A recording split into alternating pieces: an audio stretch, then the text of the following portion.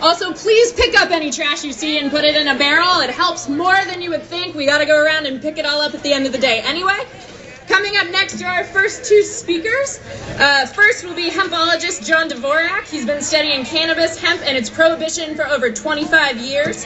He created the hemp history website, hempology.org, and developed the cannabis curriculum. And following him will be Terry Franklin, who's a longtime cannabis activist in the Pioneer Valley, who I'm sure you've seen around. And he will be talking about the history and growth of the UMASS CRC. So please welcome John Dvorak, followed by Terry Franklin. Alrighty, how's it going? UMASS Extravaganja! 25 years! Alright. On 430. 430 is the new 420. Let's keep that in mind. I want to thank the UMASS Cannabis Reform Coalition for putting on this great event for 25 years. It's incredible. We've made so much progress over the last quarter century. So many good things are happening. That's right. Marijuana is legal in 4 states now. Yeah. Adults can go into a store in Colorado and buy marijuana. All right, that's awesome. 40 states have some type of medicinal cannabis law. 40 states, that's awesome. And they're even growing hemp again in Colorado and Kentucky and Vermont. So congratulations, let's celebrate some cannabis today. Yeah. But we have to remember, we have to concentrate on the task at hand. It's going to be very hard to reverse over 70 years of reefer madness and stigmatizing cannabis use. They're still arresting over 600,000 Americans every year. 600,000 people are having their lives turned upside down. So we must legalize it and stop arresting people for pot. Yeah. We have to motivate ourselves and others to vote in November. It's going to be on the ballot to legalize it here in Massachusetts. So make sure you vote. Make sure you get people to vote. Now I'm going to give you a little update. Down on the Mexican border, the amount of Mexican marijuana coming across, getting confiscated, getting seized by the Border Patrol is going down. They're seizing a lot less marijuana because it's being grown legally in America. That's right. That's awesome. American-grown cannabis is undercutting the drug cartels. That's very important. So those seizures are going down. Guess what other kind of seizures are going down? People with epilepsy. Marijuana is very good for them. And especially children, it's preventing seizures. So that's awesome. But we have to remember, a lot of families still have to move their children across country so they can get this safe and effective medicine. That's not right. We have to agitate for better medical marijuana laws. Yeah, we know cannabis is good for so many things. I'm going to run down just a few of them here. It's good for asthma, autism, anxiety, Alzheimer's, arthritis, bone fractures, cancer, chronic pain, colitis, Crohn's, depression, diabetes, fibromyalgia, glaucoma, lupus, migraines, nausea, Parkinson's, sleep disorders, strokes, Tourette's, traumatic brain injury. Now for a little alphabet soup. MS, PTSD, COPD, ADHD, OCD. It's amazing. Cannabis is so good for so many things. But yet, our federal government still classifies it as a Schedule I narcotic. That's crazy. Are you kidding me? It's what I call a catch 422. These barriers that our government puts in our way. Catch 422. They classify it as Schedule I narcotic, and they block research into it.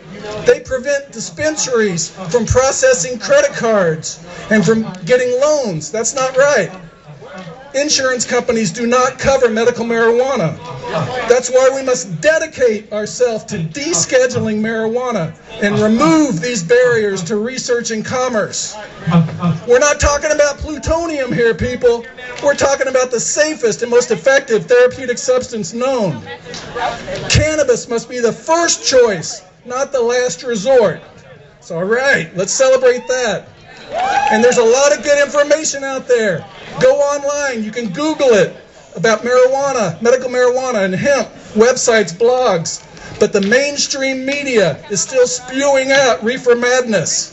That's why we have to initiate a conversation. let people know that cannabis is not a gateway drug. It's an exit drug. You can use cannabis instead of Xanax, Ambien, Ritalin, Prozac, OxyContin, Vicodin, and hundreds of other hardcore pharmaceuticals. That's right. Cannabis will help reduce opioid overdoses. So write letters to the editor, call into talk radio, talk to your doctor, come out of the cannabis closet, and help me turn reefer madness into reefer gladness. Woo! All right.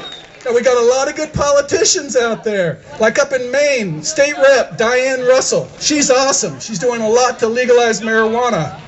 But a lot of puritanical politicians, they think they know what's best for us, but they're wrong.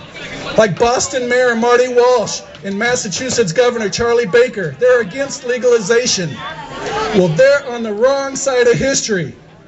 We need to celebrate good politicians like Diane Russell, but we have to nominate good candidates or run for office yourself. Change the system from within. All right.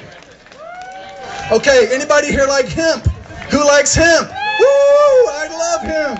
Hemp, hemp, hooray! Hemp, hemp, hooray! Hemp, hemp, today! That's right, they're actually growing hemp today in Kentucky and several other states. So let's celebrate that. But we need to cultivate millions of acres of hemp all across this great country, including all up and down the Connecticut River Valley. They used to grow hemp there. So if we have any UMass ag students here, any Aggies here, work with your farmers and your legislators so we can once again grow hemp in Massachusetts. Because hemp is the green buffalo. That's right, the green buffalo. Native Americans use the entire buffalo to survive, hair, snoot, balls, and all. And you can use the entire cannabis plant to make all sorts of essential products. Food, fuel, building materials, biodegradable plastic, and medicine, and clothing. I'm covered with hemp today, from head to toe. That's why I call it the green buffalo. Hey, all right. So celebrate hemp, yes, but we need to educate ourselves and others about the great uses of cannabis hemp. And that's where the cannabis curriculum comes in. I know a lot of y'all are in school. So the next time you get a project or a paper or a thesis, why not write it on cannabis, medical marijuana, hemp, or the devastating effects of prohibition? It's only through education and research that we can realize the full potential of this great plant.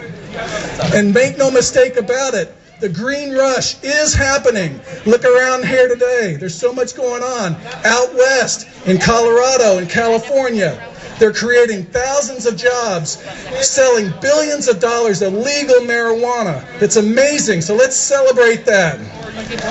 But this is your chance to innovate and create new products. We're creating several new industries from the ground up, so the opportunities are endless.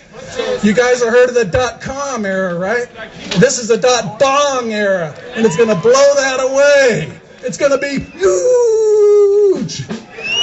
Ba-doom. The bottom line, though, we're talking about marijuana here. It's a very emotional issue. People fear the unknown. That's why rallies like this are so important. We've made so much progress over the last 25 years, and there's so many reasons to celebrate, but we've got a long way to go, and we cannot lose focus. One person can't do everything, but everybody can do something. So celebrate, yes. But we need to concentrate, motivate, agitate, dedicate, initiate, nominate, cultivate, innovate, and educate. If not you, who? If not now, when? So don't hesitate, and let's make the next 25 years really great. Thank you very much. Keep up the fight, and peace.